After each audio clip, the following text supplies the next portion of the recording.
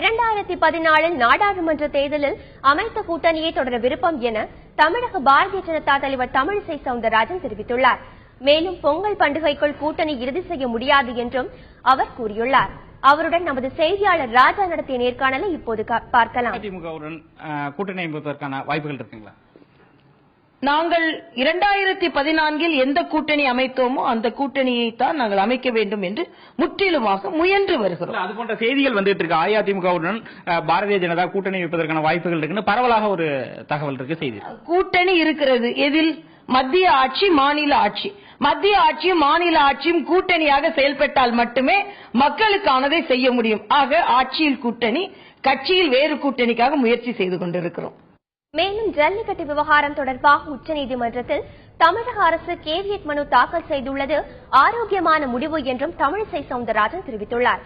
தமிழக அரசின் இந்த முடிவு பாராட்டிற்குரியது என்றும் அவர் கூறியுள்ளார்.